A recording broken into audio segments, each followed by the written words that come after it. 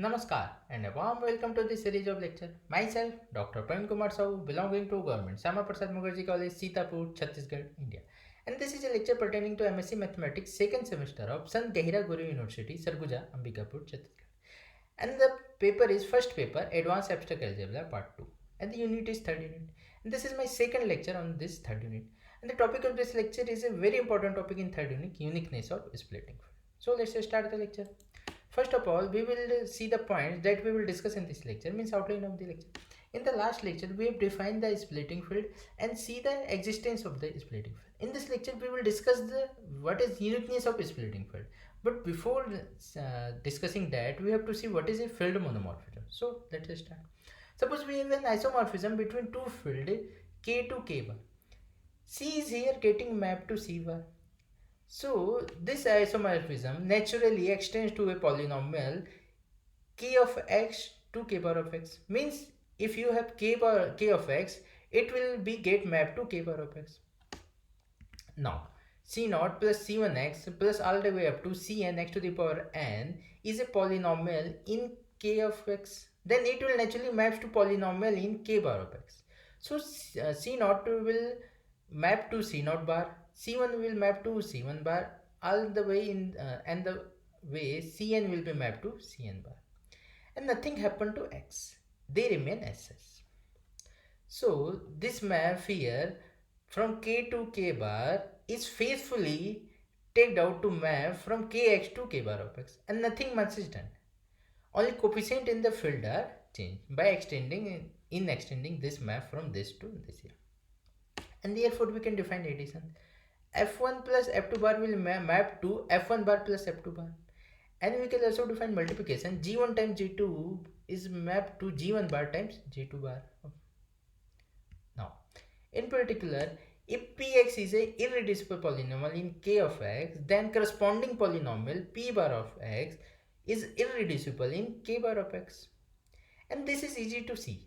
You can prove it by contradiction. Suppose if P bar factorize in U bar times V bar, then P must also factor in U into V because P maps into P bar. And this is a contradiction as we have taken P is as irreducible. So if P is irreducible in Kx, then P bar is irreducible in K bar of x. Now I want to make an important remark. So if you have a field K of x moduloid by this polynomial, irreducible polynomial P of x, now since this polynomial is irreducible and this is a field, this will become maximal ideal. And if we do so, what we have?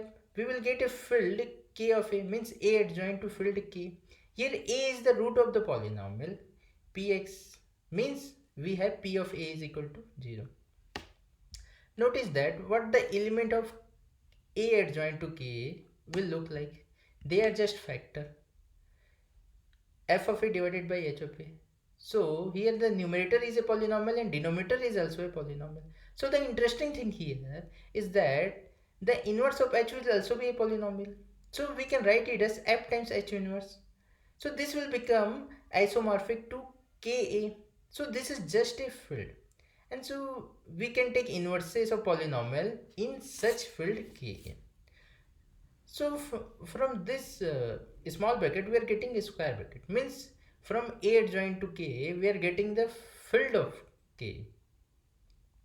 And to see this is very easy because the greatest common divisor of some irreducible polynomial P with some polynomial, any polynomial h will be 1. So we can rewrite it as hx times vx plus px times ux is equal to 0. And this is just by property.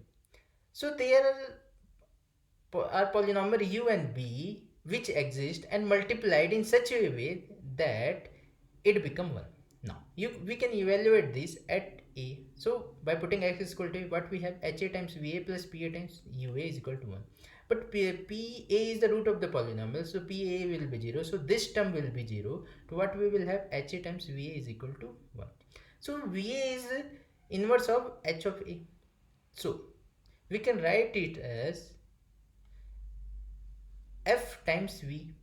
So this is a field, Ka will be a field, and this is the two way of writing. And it is important to see because now the element of k are polynomial rather than the just the fractions. Now we want to work in diagram like this. This is isomorphism here from k to k bar, and we have seen then we can extend this isomorphism from k of x to k bar of x. Now we want to extend this isomorphism to this isomorphism phi, means we have to extend this var phi to this phi, another isomorphism phi. And these are just a natural map. This is inclusion map here, and this is our projection. Similarly here, this is inclusion map here from k bar to k bar of x, and this is our projection. And here a is the root of the polynomial p of x, which will get mapped to p bar of x, and the root of the polynomial p bar of x is b. So here, as we have seen, ka can be written as field ka. A adjoint to field k can be written as field k, and here it can be written as field kb. Now you have seen this a has to be mapped to b because this is how polynomial are getting mapped. Let's see it more carefully. If degree of p is equal to n, or suppose an element alpha lies in a adjoint to k is of the form alpha is equal to c naught plus c1x plus all the way up to cn minus 1 x to the power n minus 1. Because here degree is n, so n terms are here. Now this alpha is getting mapped to alpha bar, as we have seen, means and alpha bar is a polynomial in ka.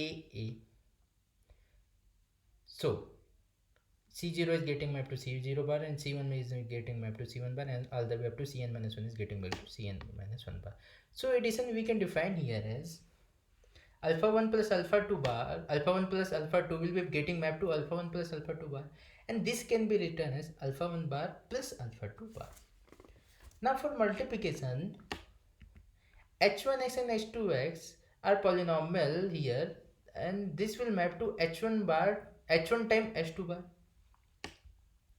So since they are the polynomial of degree less n, we can multiply them, but see, you here have to modulo out by polynomial px here, as we have known.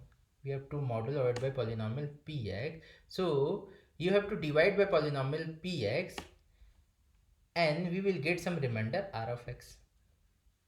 As degree of this is less than m, we are dividing it by p of x, and we are getting remainder r of x.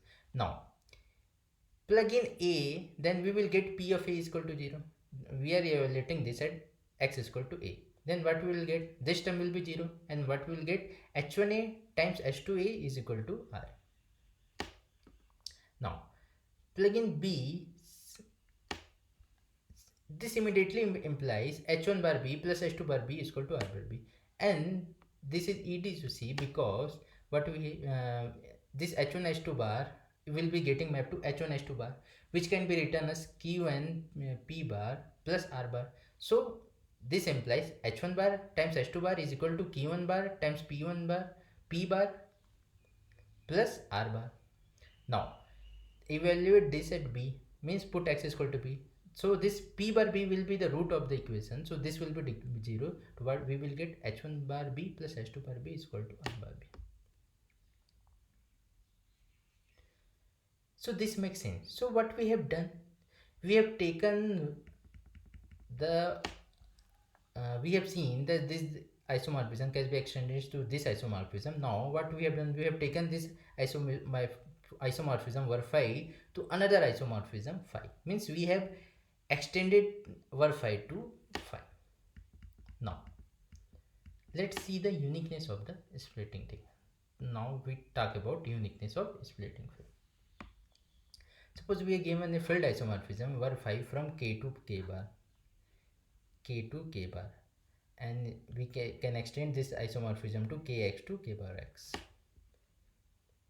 And now say we have a polynomial gx in k of x, which and this getting mapped to g bar of x, which lies in k bar of x. Then f is the polynomial, f is the splitting field of this polynomial gx, which lies in this kx, and f bar is the splitting field of this polynomial g bar of x. We can also write this f as f of g to denote this. This is a splitting for g, and we can also write this f bar as f bar g bar to denote it that this is splitting for bit f bar, and this is splitting for polynomial g bar. Now we can extend this isomorphism phi to phi bar cap. Here obviously this k is contained within this field f, and k bar is contained within this field f. So if we restrict this isomorphism phi bar to k, we get the phi. Means we are restricting the isomorphism var phi cap to the field k. What we will get? We will get the isomorphism var phi. This is the meaning of extension. And this is called the uniqueness of splitting field, because if you take k is equal to phi bar, then var phi is isomorphism. And this theorem is saying that var phi bar is also isomorphism. So these two fields are isomorphic. So we have just unique splitting field, means splitting field are unique up to the isomorphism. Now start. Note that here irreducible factor of gx getting mapped to irreducible factor of g bar of x.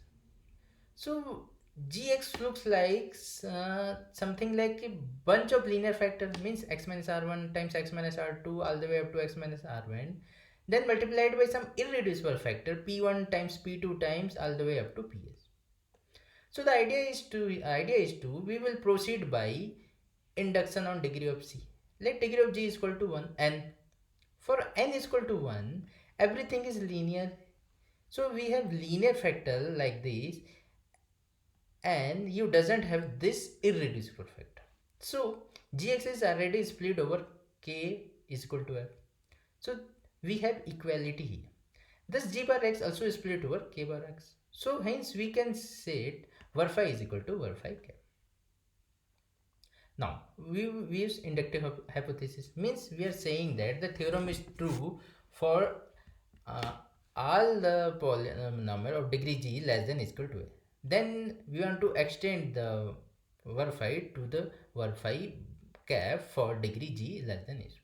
Now we can somehow want to extend it to for degree of g is equal to n.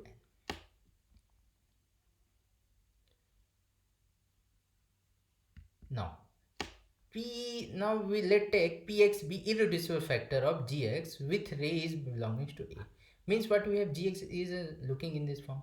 We can take any of these irreducible factors. Suppose we are starting with the irreducible factor p1, which has a root a, and this a belongs to f.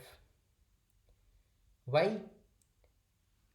Because the f is the splitting field for the g polynomial gf, so it has all the root of g, it has all the root of polynomial g, so it must also have a.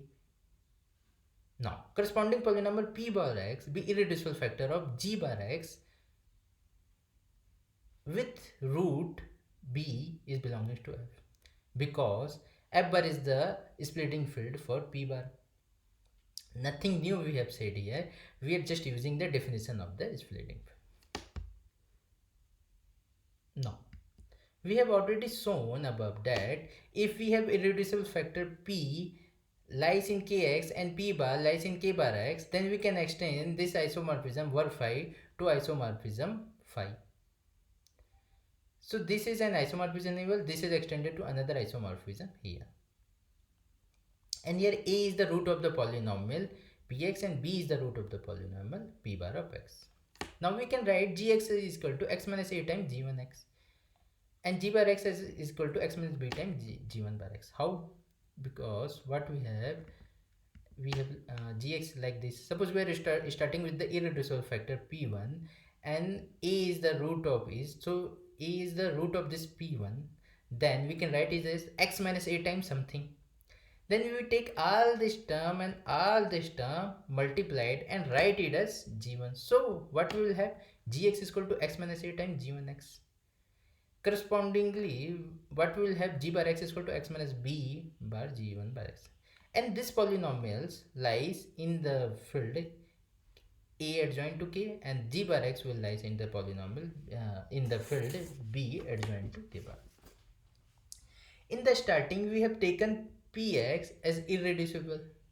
Now we have factor out.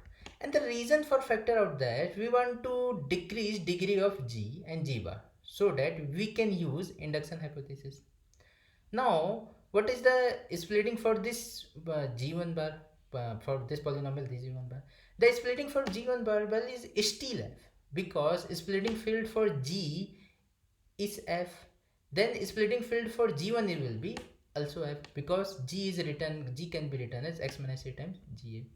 So F is the splitting field for G1 and F bar is the splitting field for the G bar. Now we want to take inductive step. Since degree of both G1 and degree of both G1 bar is less than n, because degree of G is n and dividing degree of G bar is n and dividing it by a and b, we will get degree less than n. So degree of both G1 and degree of both G1 bar is less than n. Thus there must be an isomorphism var5 cap from F to F bar, extending the isomorphism phi from K to K bar. So now let's see it pictorially. So we have an isomorphism here for phi from K to K bar, and we can extend it to isomorphism phi, which is from field A adjoint to K and B adjoint to K bar. And this we have seen by using field monomorphism. And now by using induction hypothesis, this isomorphism phi can be extended to this isomorphism var phi. Means first we have taken P1, so we have K, then we can take another polynomial P1, P2, so it will become K A1, A2 and K bar B1, B2 bar. In this way, by using induction hypothesis, we can extend this isomorphism phi to the isomorphism var phi cap. So this is the idea how we can prove the uniqueness of the splitting. So in this lecture we have seen the uniqueness of the splitting field. In the first lecture we have seen the definition of the splitting field and existence of the splitting field. So that's all for today's lecture. Thank you.